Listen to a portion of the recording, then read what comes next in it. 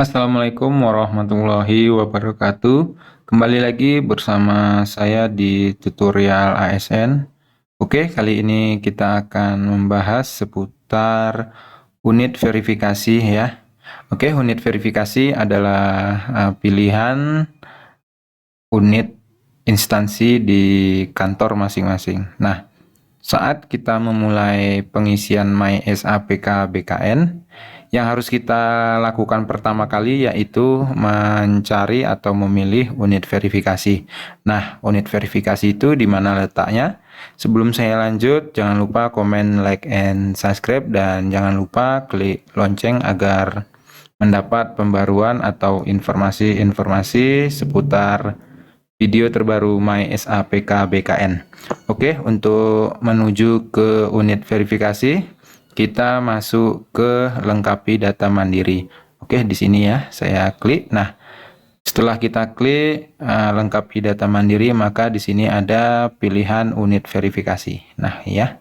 Oke, untuk memilih unit verifikasi, maka kita klik rubah.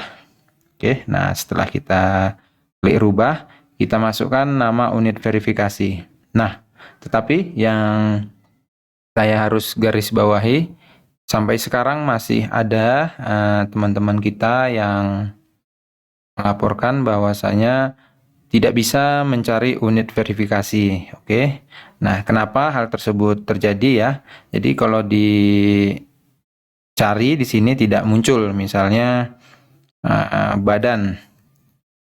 Oke ya, untuk dinas atau instansi di daerah itu ada namanya instansi yang berbentuk badan, kantor, dan dinas. Nah, badan itu seperti Badan Perencanaan Pembangunan Daerah atau Bapeda ya bisa disebut. Ada juga Badan Penanggulangan Bencana Daerah, dan ada juga jika di daerah itu kantor ya, seperti kantor pertanahan atau kantor koperasi dan UKM. Nah, seperti itu teman-teman. Nah, jika teman-teman mencari unit verifikasi yang sesuai dengan kantor atau dinas, bahkan badan yang sesuai dengan instansi teman-teman tidak muncul. Nah, misalnya seperti ini ya, Dinas Pendidikan. Oke, kita cari. Nah, jika instansi yang bersangkutan tidak muncul, maka artinya unit verifikasi yang Bapak Ibu cari itu belum didaftarkan atau belum di-create oleh BKPSDM di daerah. Nah, mungkin pihak BKPSDM di daerah sedang dalam proses menginput sehingga terlambat dalam penginputannya. Jadi solusinya yaitu menunggu selesai pihak admin kepegawaian di BKPSDM untuk menginput unit verifikasi di kabupaten tersebut. Nah, seperti itu Bapak Ibu. Tetapi agar mempercepat dan mempermudah untuk pengisian unit verifikasi, teman-teman juga bisa berkoordinasi dengan kantor ya, kantor bagian kepegawaian di daerah teman-teman, seperti kantor BKPSDM untuk instansi daerah, untuk mempercepat pengisian unit verifikasi. Karena jika unit verifikasi belum diisi atau belum dibuat oleh pihak yang berwenang, dalam hal ini kantor BKPSDM, maka teman-teman belum bisa mencari atau memilih unit verifikasi yang diinginkan, yang sesuai dengan instansi Bapak Ibu ya. Seperti itu, misalnya ini kantor. Nah, ini tidak bisa dicari. Nah, ini bisa kalau kantor ya, sudah terdaftar karena saya di instansi pusat ya. Ini ada muncul kantor pertanahan kabupaten ini, dan jika misalnya kita input di cari unit verifikasi ini, kantor apa yang kita tuju tidak muncul, berarti kantor tersebut atau instansi tersebut belum diinput.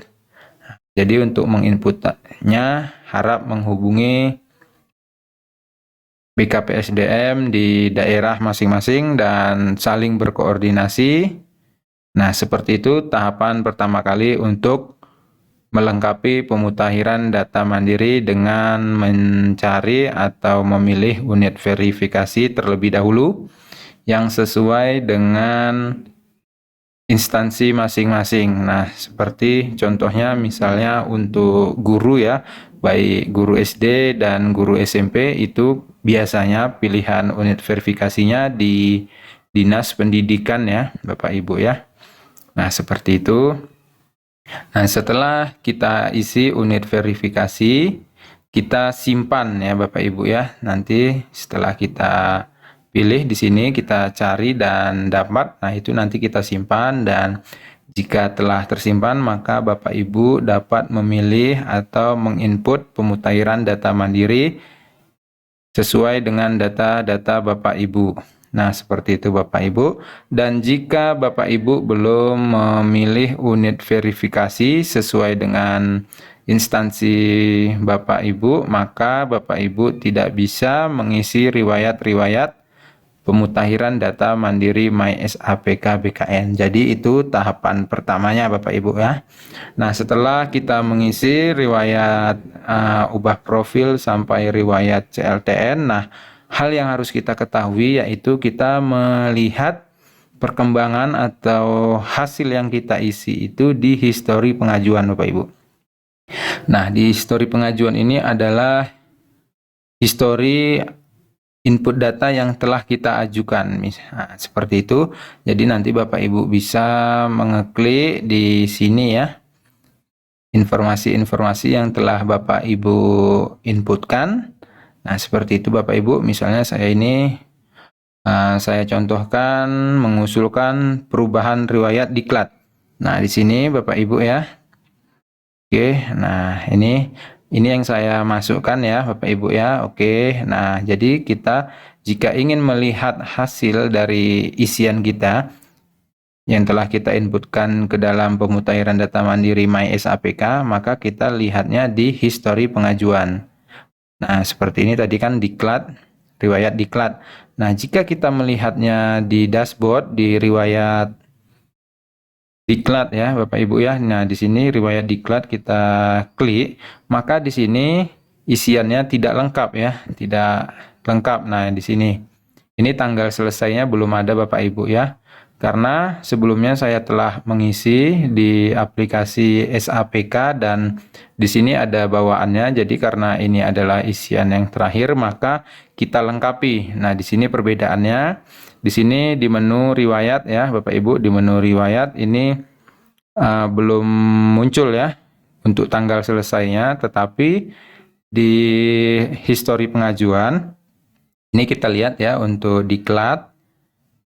Riwayat diklat kita lihat. Nah, di sini tanggal selesainya sudah ada Bapak Ibu. Nah, jadi untuk riwayat diklat prajabatan sudah saya lengkapi dan saya input berkas dengan mengedit data dan hasil historinya berada di histori pengajuan. Jadi seperti itu Bapak Ibu perbedaan histori pengajuan dan riwayat pengajuan. Oke. Nah, jadi jangan bingung Bapak Ibu jika di riwayat pemutakhiran data mandiri MySAPK tidak muncul datanya seperti ini. Untuk data orang tua dan anak itu belum muncul karena masih ada di riwayat pengajuan, histori pengajuan. Jadi seperti itu perbedaannya Bapak Ibu. Jangan bingung, dan nanti untuk histori pengajuan ini juga ada tahapannya ya. Di sini tahapan pertama masih input berkas Bapak Ibu, dan jika berkas kita telah di input maka nanti statusnya jika diterima akan berubah menjadi terverifikasi. Seperti itu Bapak Ibu. Jadi kita memantau perkembangan input berkas pemutakhiran data mandiri BKN kita di histori pengajuan. Seperti itu Bapak Ibu. Dan jika nanti ada berkas kita yang ditolak atau dikembalikan, maka nanti akan muncul di sini Bapak Ibu ya, gambar lonceng ada notifikasi. Nanti kita melihat notifikasinya, jika ada yang ditolak maka akan muncul di notifikasi tersebut. Oke, seperti itu Bapak Ibu yang bisa saya sampaikan. Jangan lupa kita mengecek isian pemutahiran data mandiri kita. Karena untuk pemutahiran data mandiri tinggal 4 hari lagi Bapak Ibu, oke? Jangan lengah dan tetap semangat. Periksa kembali dan siapkan dokumen-dokumen yang akan diperbaiki ke depannya. Oke, sekian dari saya. Assalamualaikum warahmatullahi wabarakatuh.